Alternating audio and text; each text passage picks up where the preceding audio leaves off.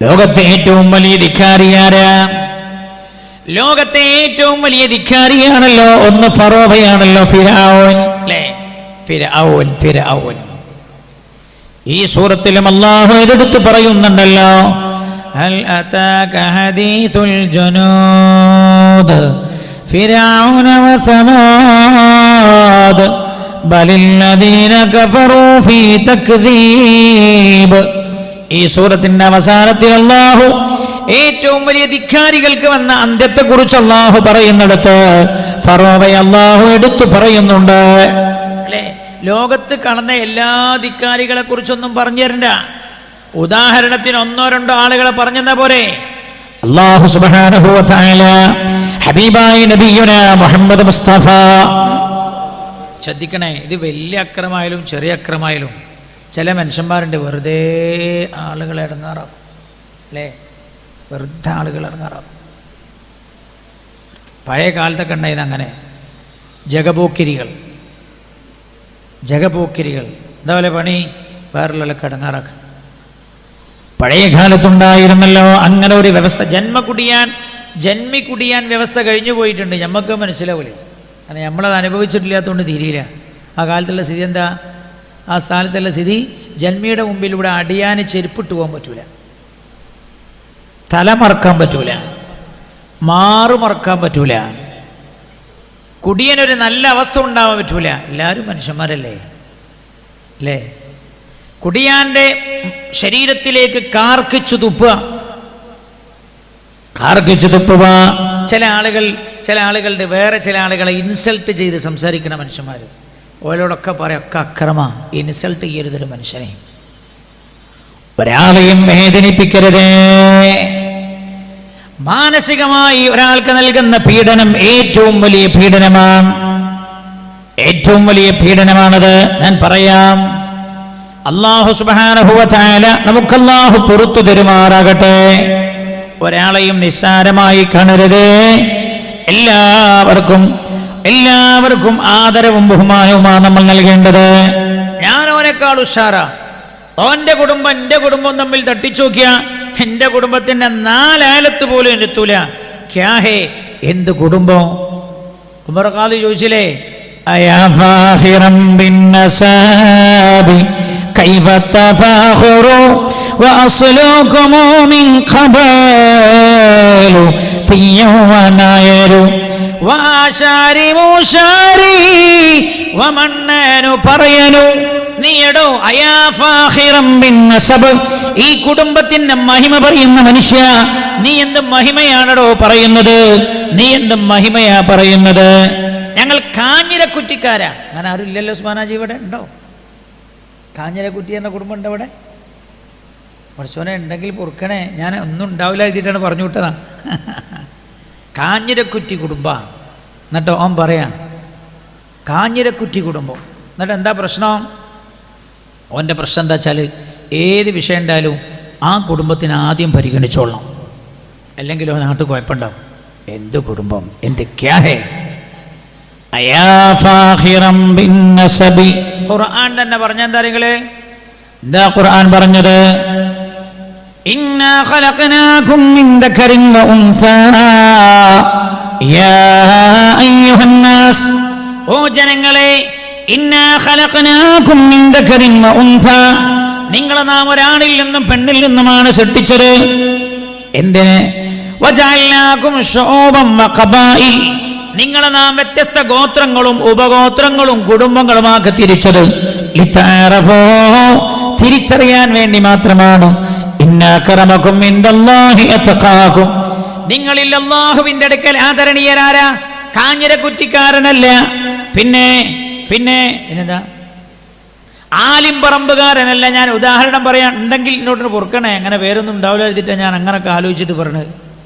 ആരുമല്ല, പിന്നെ അള്ളാഹ്ക്ക് തഖ്വ ചെയ്ത് ജീവിക്കണവരാരാ? അവനാ അള്ളാഹുവിൻ്റെ അടുത്തുത്തമൻ. കുടുംബത്തിനൊന്നും ഒരു പ്രാധാന്യമില്ല. അയാ ഫാഖിറൻ ബിന്നസാബി കൈഫ തഫാഖുറു വഅസ്ലുകും മിൻ ഖബലു തിയവനായരു വആശാരി മുശാരി വമന്നനു പറയനു. ഉമർ ഖാദി അതാണ് പറഞ്ഞത്. ആ ആയത്തിൻ്റെ വേറൊരു തഫ്സീർ വേറൊരു കോലത്ത് പറഞ്ഞതാ. മനുഷ്യ, കുടുംബത്തിൻ്റെ കുലമഹിമ പറഞ്ഞ് അഹങ്കരിക്കുന്നവനെ, നിനക്ക് അഹങ്കരിക്കാൻ എന്തവകാശം? എന്തവകാശമാണ് നിനക്ക്?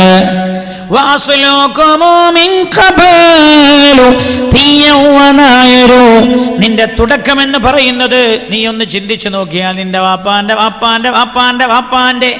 8ാമത്തെ വാപ്പ കൃഷ്ണൻകുട്ടിയാൻ, നിന്റെ 9ാമത്തെ വല്യാപ്പ ശൂദ്രനാണ്, രാമൻകുട്ടിയാൻ. നിന്റെ 10ാമത്തെ വല്യമ്മ തങ്കമണിയാൻ. നിന്റെ 11ാമത്തെ വലിയ അമ്മ, ആ അമ്മയുടെ പേര് രുക്മിണി എന്നാണ്.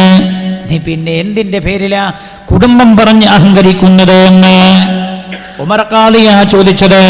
അപ്പൊ ഞാൻ പറഞ്ഞത്, ഒരാളും മറ്റൊരാളെ ഇൻസൾട്ട് ചെയ്യരുത് എന്ന്. അത് അല്ലാഹു പൊറുക്കാത്തതാണ്. ഹബീബായ നബിയുനാ മുഹമ്മദ് മുസ്തഫ സ്വല്ലല്ലാഹു അലൈഹി വസല്ലം തങ്ങൾ പറഞ്ഞല്ലോ, അല്ലാഹുവിന്റെ ഹബീബ് പറഞ്ഞതാ, ലാ ശക്ക ഫീഹി, സംശയിക്കുകയേ ചെയ്യേണ്ട അതിൽ, സലാത്തു ദഅവാതിൻ മുസ്തജാബാത്, 3 പ്രാർത്ഥനകൾ ഉടനടി ഉത്തരമാണെന്ന് നബിയുനാ മുഹമ്മദ് മുസ്തഫ. സലാത്തു ദഅവാത്, 3 പ്രാർത്ഥനകൾ മുസ്തജാബാത്തുൻ, ഉടനടി ഉത്തരമുള്ള പ്രാർത്ഥനകളാ. ലാ ശക്ക ഫീഹിന്ന, അതിൽ സംശയിക്കുകയേ ചെയ്യേണ്ടതില്ല. അങ്ങനെ അല്ലാഹുവിന്റെ ഹബീബ് പറഞ്ഞത് ഒന്നേതാ, ദഅവത്തുൽ വാലിദൈനി അലാ വലദിഹിമാ, മാതാപിതാക്കൾ മക്കൾക്കെതിരായി നടത്തുന്ന പ്രാർത്ഥനയാണ്.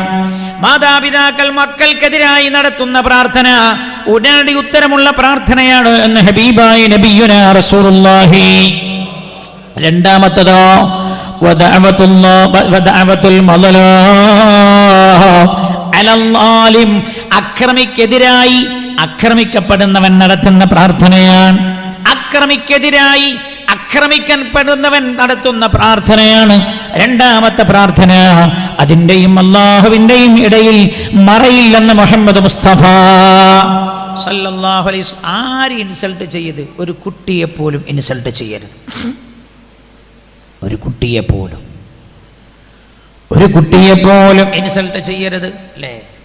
ഖൽബിനുണ്ടാക്കുന്ന വേദന, ആ വേദനക്ക് അപ്പം തന്നെ തിരിച്ചടി കിട്ടുന്നു. അല്ലാഹു കാക്കട്ടെ, ഒക്കെ പറയും അല്ലാഹു കാക്കട്ടെ. അല്ലാഹുവേ, അറിയാതെ വന്നു പോയെങ്കിൽ നീ പൊറുക്കണേ അല്ലാ. പഴയ കാലത്തെ മഹാന്മാർ നായയെ കണ്ടാൽ പോലും, നായ എത്ര നികട്ട ജീവിയാൻ. പഴയ കാലത്തൊരു മഹാൻ ഒരു നായയെ കണ്ടത്. കുറേ ആളുകൾ ആ നായ ഇങ്ങനെ കളിയാക്കുന്നുണ്ട്. ഇയാൾ എന്നിട്ട് പറഞ്ഞു, നിങ്ങൾ എന്തിനാ നായയെ കളിയാക്കണത്? ആ സൃഷ്ടിയെ സൃഷ്ടിച്ചതോ അല്ലല്ലേ? ഇപ്പോൾ വിലറിന നായല്ലേ, അല്ല നികട്ട ജീവിയാന്ന് പറഞ്ഞിട്ടില്ലേ? അപ്പോൾ ഈ മഹാൻ പറഞ്ഞെന്താ അറിയോ? നായയാണോ നമ്മളാണോ ഉഷാർന്ന് തിരണമെങ്കിൽ സിറാത്ത് പാലം കടക്കണം. സിറാത്ത് പാലം കടക്കണ ഒരു നായ ഉണ്ടെന്ന് ഖുർആൻ പറഞ്ഞിട്ടുണ്ട്. ആ നായ ഖത്മീറാണ്. ഈ നായയുടെ കൂട്ടത്തിലാണെന്നറിയില്ല.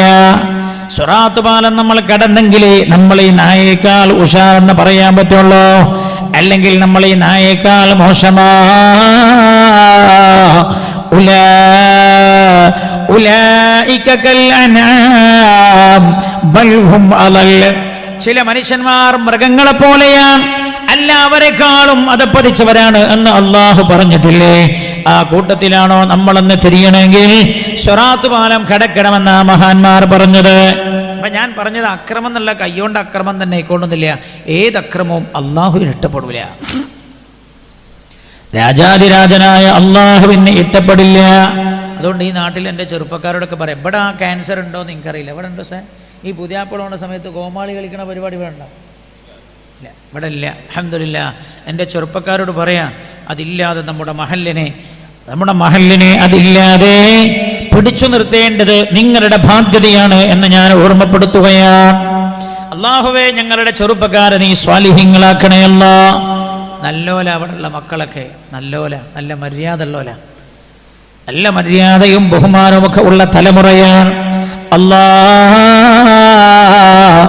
ഭാവിയിൽ നിന്റെ പരിശുദ്ധമായ ദീൻ ഏറ്റെടുക്കാൻ പറ്റാവുന്ന മുത്തഖീങ്ങളാക്കിയവരെ നീ മാറ്റണേ റബ്ബേ.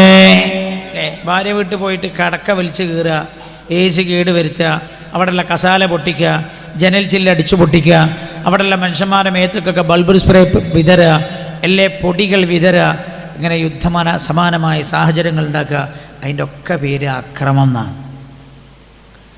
അതിൻ്റെ ഒക്കെ പേര് അക്രമം എന്നാണ്. ലോകത്തെ ഏറ്റവും വലിയ അക്രമിയായിരുന്നു ആര്? ഖുർആൻ പരിചയപ്പെടുത്തിയല്ലോ.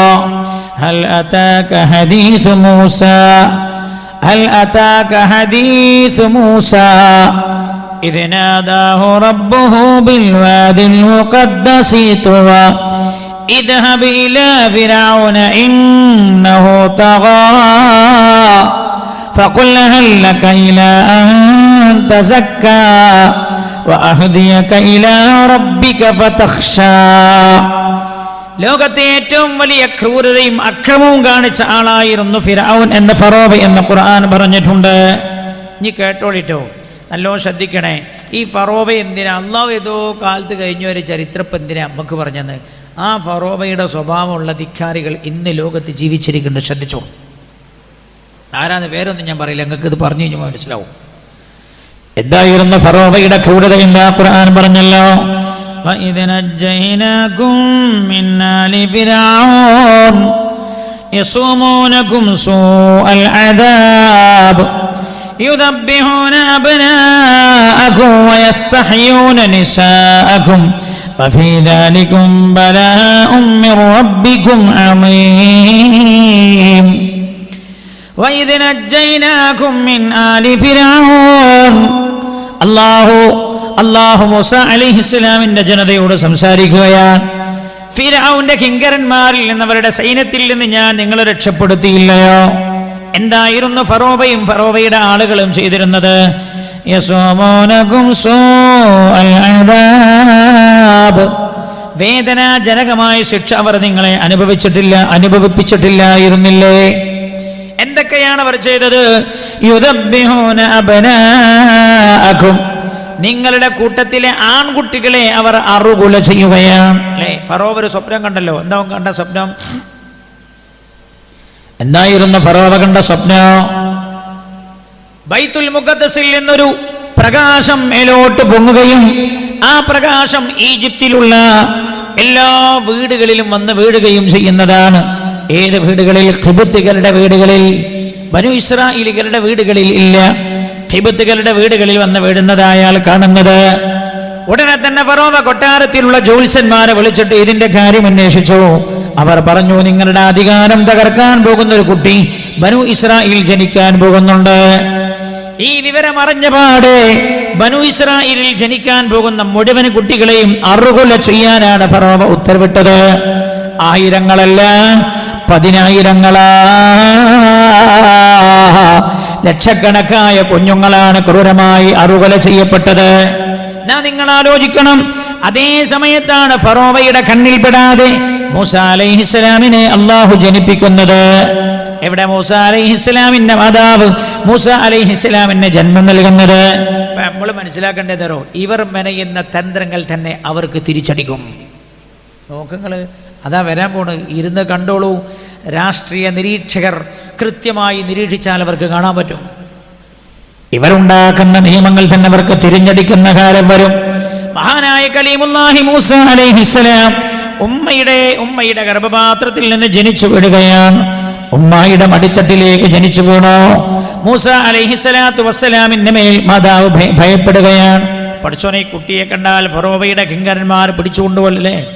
ചില ആളുകൾക്ക് മുസ്ലിം ഭൂരിപക്ഷ പ്രദേശത്ത് ഭയങ്കര ജനസംഖ്യാ നിയന്ത്രണത്തിന് ഭയങ്കര താല്പര്യമാണ്.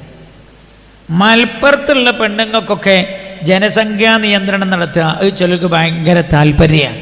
അത് ഇന്നുള്ള സ്വഭാവമല്ല, പണ്ടേയുള്ള സ്വഭാവമാണ്. പണ്ടേയുള്ള സ്വഭാവമാണ്. അങ്ങനെ ഒന്നല്ല, ഒരുപാട്. ഞാൻ അതിലേക്കൊന്നും കടക്കുന്നില്ല. ശത്രുക്കളുടെ തന്ത്രങ്ങളിൽ നമ്മൾ വീണുപോകുന്നു എന്നതാണ് വേദനാജനകമായ മറ്റൊരു വാർത്ത. എന്റെ സഹോദരങ്ങളെ, ശത്രുക്കളുടെ തന്ത്രങ്ങളിൽ വീണുപോകുന്നുവെന്ന് എന്താ പറഞ്ഞത്? തോന കുട്ടികളുണ്ടായ ദാരിദ്ര്യം ഉണ്ടാവുന്ന. തോന കുട്ടികളുണ്ടായ ദാരിദ്ര്യം ഉണ്ടാവുകയാണെങ്കിൽ ഉസ്മാനാജി, നിങ്ങളെ ചെറുപ്പത്തിൽ എപ്പോഴും തിന്നാൻ അരിയും ഭക്ഷണമൊക്കെ ഉണ്ടായിരുന്നോ? സത്യം പറയണം. 3 നേരം അരി ഭക്ഷണമായിരുന്നു തിന്നുന്നത്? അല്ല. വാഴത്തണ്ട്, ചേനത്തണ്ട്, ചേമ്പിൻ്റെ തണ്ട്, അങ്ങനെയൊക്കെ കുറേ സാധനങ്ങൾക്ക് എന്നിട്ടാ വയറ് നിറക്കുക. അന്ന് ജനസംഖ്യ കുറവല്ലേ? അന്നല്ലേ ഏറ്റവും കൂടുതൽ പുഷ്ടിയുള്ള കാരുണ്ടാവേണ്ടി? മനുഷ്യന്മാരെ വിഡ്ഢിത്തം പഠിപ്പിക്കേ. ചൈന എന്ന് പറയുന്ന രാജ്യം ഇത്ര വലിയ സമ്പന്ന രാജ്യമായത് അതിന് ഏറ്റവും കൂടുതൽ ജനസംഖ്യ ഉള്ളത് കൊണ്ടാണ് എന്ന് പഠനം തെളിയിച്ചില്ലേ. മാൻ പവറാണ് ഏറ്റവും വലിയ പവർ എന്നാണ്. മാൻ പവറാണ് ഏറ്റവും വലിയ പവർ. ലോകത്തെ എല്ലാ രാജ്യങ്ങളെയും കവച്ചു വെച്ചില്ലേ. എന്നിട്ട് നമ്മളോട് വന്നിട്ട് പറയാ തോന കുട്ടികളുണ്ടായാൽ ദാരിദ്ര്യം ഉണ്ടാവുന്നു. അള്ളാഹു പറഞ്ഞതെന്താ? നാമാണ് നിങ്ങൾക്ക് ഭക്ഷണം നൽകിയത്, അവർക്കും നമ്മൾ ഭക്ഷണം കൊടുക്കുമെന്ന് അള്ളാഹു പറഞ്ഞത്. നമ്മുടെ വിശ്വാസത്തെയല്ലേ ചൂഷണം ചെയ്തു പോയത്. ഞാൻ ഓർമ്മപ്പെടുത്തുന്നത്, മൂസ അലൈഹിസ്സലാം ആ സമയത്ത് മൂസാ നബി അലൈഹിസ്സലാം തന്റെ വീട്ടിൽ ജനിച്ചു വീഴുന്നത് അള്ളാഹു പ്രിയപ്പെട്ട മാതാവ് മൂസ അലൈഹിസ്സലാമിന്റെ മേൽ ഭയപ്പെട്ടപ്പോഴാണ് അള്ളാഹു വഅൗഹൈനാ ഇലാ ഉമ്മി മൂസ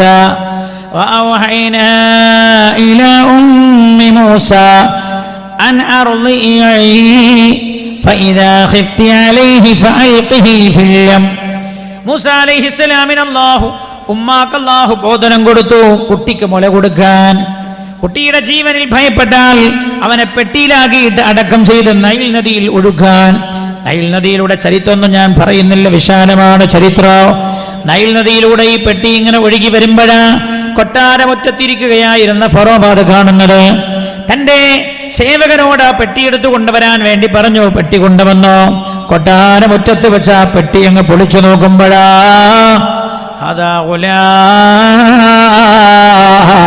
സുന്ദരനായൊരു കുട്ടിയെ ആ പെട്ടിക്കകത്ത് കാണുന്നത്. ഉടനെ തന്നെ ഫറോവയുടെ ഭാര്യയാണ് ആസിയ ബീവി റളിയല്ലാഹു അൻഹാ. ഖുർആൻ പറഞ്ഞ പെണ്ണാണല്ലോ അല്ലേ? ഖുർആൻ പറഞ്ഞ പെണ്ണ്.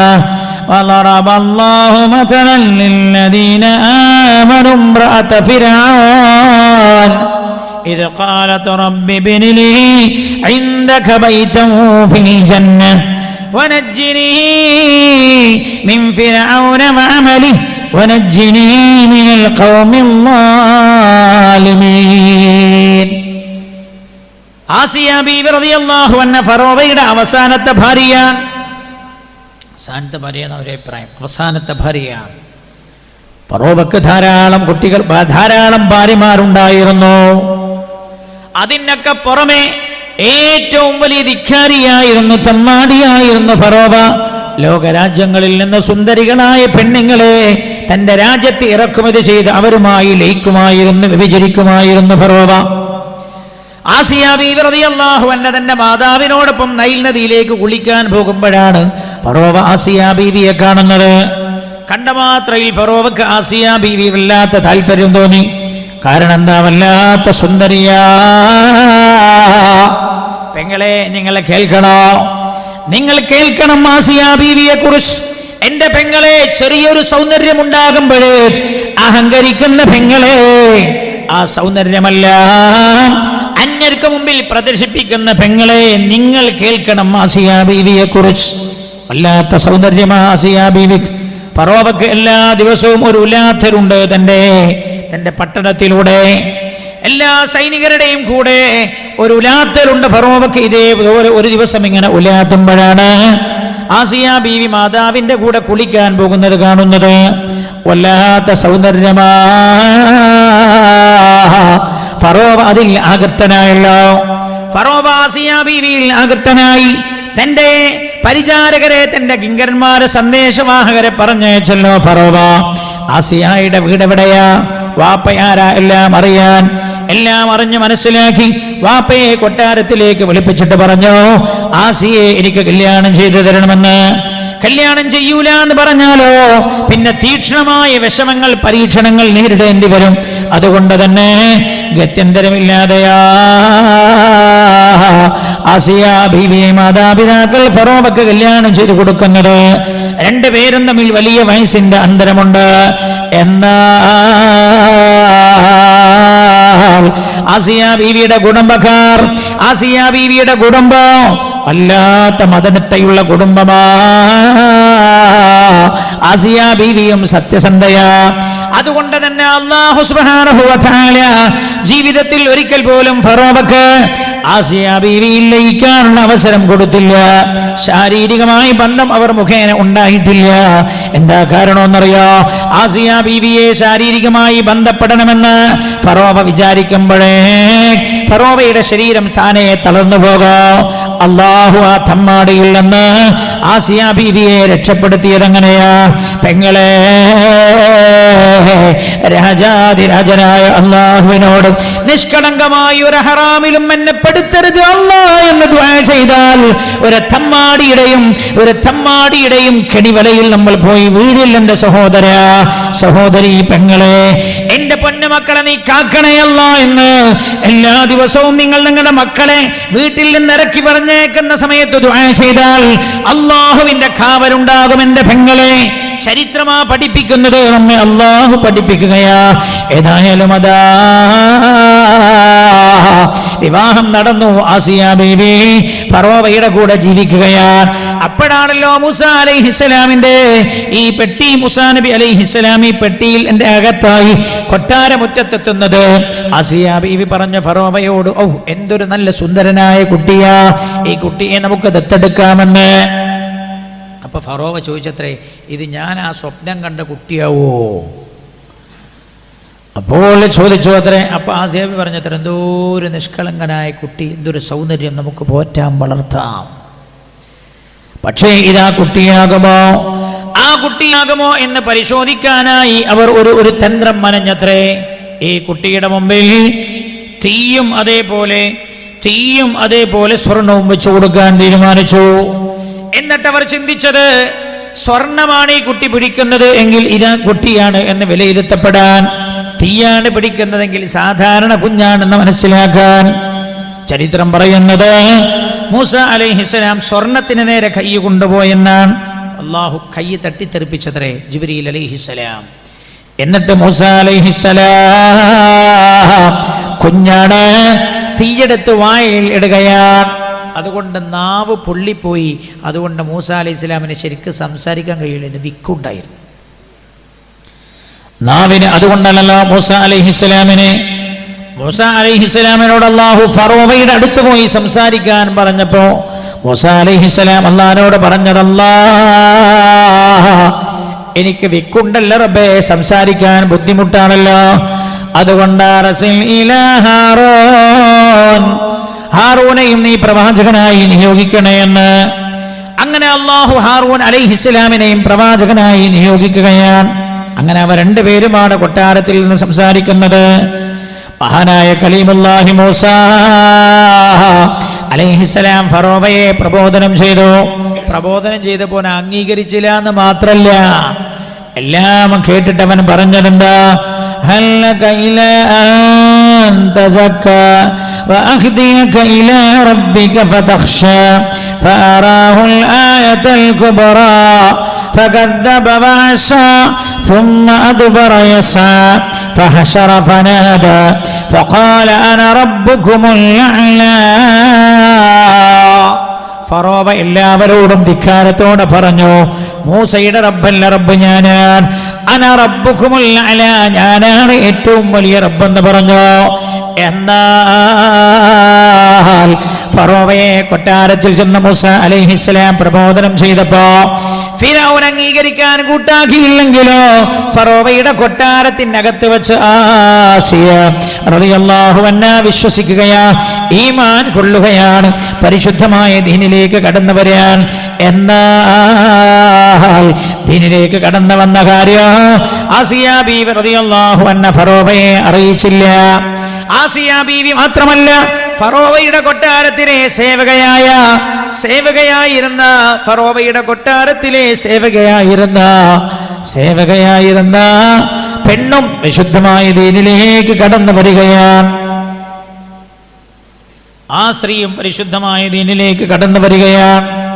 ഫറോവയുടെ കൊട്ടാരത്തിൽ രണ്ടാളുകൾ വിശ്വസിച്ചു. ഒന്ന് ആസിയാണ്, മറ്റൊന്ന് ആശിതയാണ്. മാഷിദ ബീവി മാത്രമല്ല, മാഷിദ ബീവിയുടെ ഭർത്താവും വിശ്വസിച്ചു, അതേപോലെ കുട്ടികളും വിശ്വസിച്ചു. അവർ അല്ലാഹുവിന്റെ പരിശുദ്ധമായ ദീനിലേക്ക് കടന്നു വന്നിരിക്കുകയാണ്.